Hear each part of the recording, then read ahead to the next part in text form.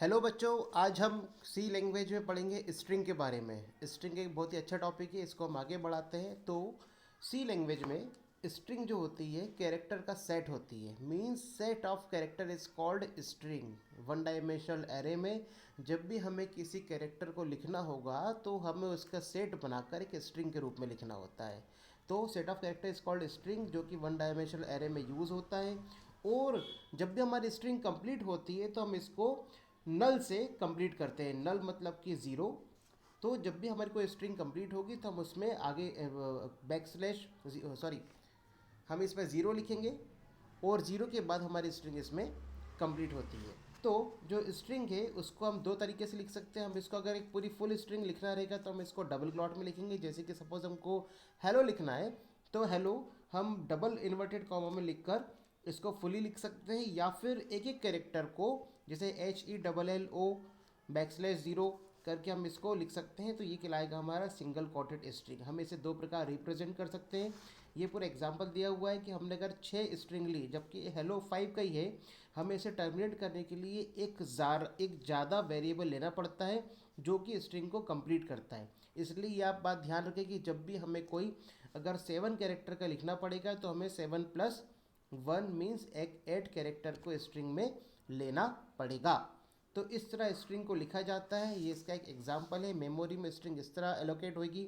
हमने यहाँ पे हेलो लिखा और बैक स्लैश ज़ीरो बताएगा कि हमारी स्ट्रिंग यहाँ पर कंप्लीट हो रही है, जो कि एक नल कैरेक्टर है।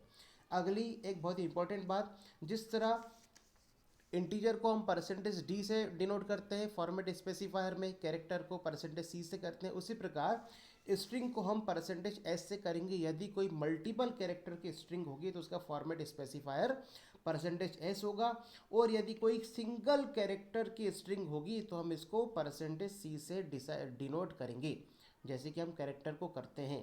तो स्ट्रिंग का डिक्लेरेशन भी परसेंटेज एस और परसेंटेज सी स्पेसिफायर के द्वारा होगा। ये हमने इसका एग्जाम्पल देखा। इस प्रकार स्ट्रिंग को लिखा जाता है। बहुत ही आसान है। हम अपने प्रोग्राम में किसी भी स्ट्रिंग को शो करेंगे तो इन 3 तरीके से कर सकते हैं।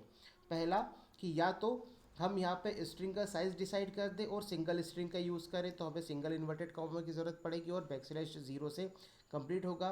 यदि हमें साइज़ पता हो तो हम साइज़ लिखकर इसको एक मल्टीपल कैरेक्टर में लिख सकते हैं। इस तरह लिखेंगे। और multiple character without using array size में हम इस तरह इसमें लिख सकते हैं। मीन्स हम ब्रैकेट में कुछ भी साइज़ नहीं लिखेंगे, डायरेक्टली हम यहाँ पर अपने स्पेसिफायर के द्वारा इसको लिख सकते हैं। तो ये पूरा का पूरा हमारा टॉपिक हुआ स्ट्रिंग का। अब स्ट्रिंग का डिक्लेरेशन या इनिशियलाइजेशन कैसे करते हैं, तो इसका डिक्लेरेशन किया जाता है कैरेक्टर। हमेशा इसमें कैरेक्टर का यूज़ होगा। स्ट्रिंग को STR से डिसाइड करेंगे और जो भी हमारे स्ट्रिंग का साइज़ होगा, साइज़ हम यहाँ पर लिखेंगे 5, 6, 7, 8, हमें जो भी लिखना हो, जो भी हमारे कैरेक्टर का साइज़ हो। फिर सेमी कॉलन के द्वारा हमारी स्ट्रिंग यहाँ पर टर्मिनेट होगी। तो ये हुआ हमारा क्या, इनिशियलाइजेशन और डिक्लेरेशन। नेक्स्ट, जो स्ट्रिंग हैंडलिंग फंक्शन लाइब्रेरीज होती है, जो कि स्ट्रिंग के बारे में हमें बताएगी कि हम किसी भी प्रोग्राम में स्ट्रिंग का किस तरह यूज़ कर रहे हैं। किन्हीं भी 2 स्ट्रिंग के बारे में हमें जो भी वर्क करना हो वो इन छोटी छोटी लाइब्रेरी के द्वारा की जा सकती है। इसमें हम आते हैं। पहला है strlen, जिसको हम कहेंगे स्ट्रिंग लेंथ। strcopy, जो कि स्ट्रिंग कॉपी कहलाएगा। strcat string concatenation. strcamp CMP string comparison. First पर आते हैं। First one is strlen, means string का लेंथ। तो strlen जो है फंक्शन, ये बताएगा हमारी स्ट्रिंग की लंबाई क्या है, हमारी स्ट्रिंग की लेंथ क्या है, उसके बारे में बताएगा strlen। और जिसका एंड होगा वो नल कैरेक्टर के द्वारा होगा, मीन्स बैक स्लैश ज़ीरो के द्वारा। इसका जो एंड होगा वो नल कैरेक्टर के द्वारा होगा। इसका एक छोटा सा एग्जाम्पल strlen और ब्रैकेट में नेम, जो भी हमारे स्ट्रिंग का नेम है उसको हम लिख देंगे। Second one is strcopy। नाम से ही स्पष्ट है कि ये क्या करेगा, स्ट्रिंग की एक स्ट्रिंग से दूसरे स्ट्रिंग में कॉपी करेगा। Copy of content from one string to another string. तो str1 एक एग्जांपल है। 15 str2 15 है। हमने str कॉपी की तो str2 कॉमा str1 और सेमीकोलन, जो कि क्या करेगा, एक स्ट्रिंग से दूसरे स्ट्रिंग में अपने कैरेक्टर को कॉपी कर लेगा। Third one is strcat means string concatenation. Concatenation का हिंदी मतलब होता है जोड़ना। तो इसके नाम से स्पष्ट है, ये क्या करेगा, किन्हीं भी दो स्ट्रिंग को आपस में जोड़ेगा।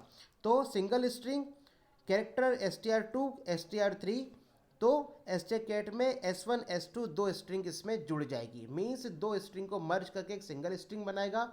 एक और महत्वपूर्ण बात, जब हमारी स्ट्रिंग बन रही होती है तो जिन स्ट्रिंग से मिलकर बनाता है वह कहलाती है सोर्स स्ट्रिंग, और जिनके द्वारा हमें रिजल्ट प्राप्त होगा, रिजल्ट मिलेगा, ये कहलाएगा destination string. Third one is strcamp, ये किन्हीं भी दो स्ट्रिंग में कंपैरिजन करेगा। क्या करेगा, किन्हीं भी दो स्ट्रिंग में कंपैरिजन, मीन्स कि कंपेयर करेगा कि अगर s1 s2 से छोटा होगा तो रिटर्न -1 आएगा, s1 s2 से, जो कि हम स्ट्रिंग के बारे में बात करें, कोई भी स्ट्रिंग एक दूसरी स्ट्रिंग से अगर बड़ी होगी तो रिटर्न +1 आएगा, और यदि दोनों स्ट्रिंग आपस में बराबर है इसका रिटर्न 0 आएगा। इसके बाद बचे हुए दो छोटे भाई हैं, that is gates and puts. बहुत ही आसान है, ये किन्हीं भी हेडर फाइल की लाइब्रेरी होती है जिसमें गेटस करेगा इनपुट फ्रॉम यूज़र, यूज़र से इनपुट लेने का काम करेगा गेटएस का यहाँ पे नाम लिखा जाएगा। और जब हम आउटपुट प्रोवाइड, हमारा प्रोग्राम आउटपुट प्रोवाइड करेगा तो आउटपुट प्रोवाइड पुटएस के द्वारा करेगा, तो output from string puts name, means यहाँ पर जो भी है हमारा जो प्रोग्राम का आउटपुट पुटएस के द्वारा प्रोवाइड करेगा। तो बच्चों ये एक छोटा सा टॉपिक था स्ट्रिंग, ज़रूरी था, कोशिश की एक पेज में इसको समझाने की। आई होप आपको समझ में आया होगा। इसको आप पूरे नोट्स की स्टडी करें, मैंने इंग्लिश में भी प्रोवाइड कर रहा हूँ, तो आप इसकी नोट्स की स्टडी करें। Stay home, stay safe. Thank you.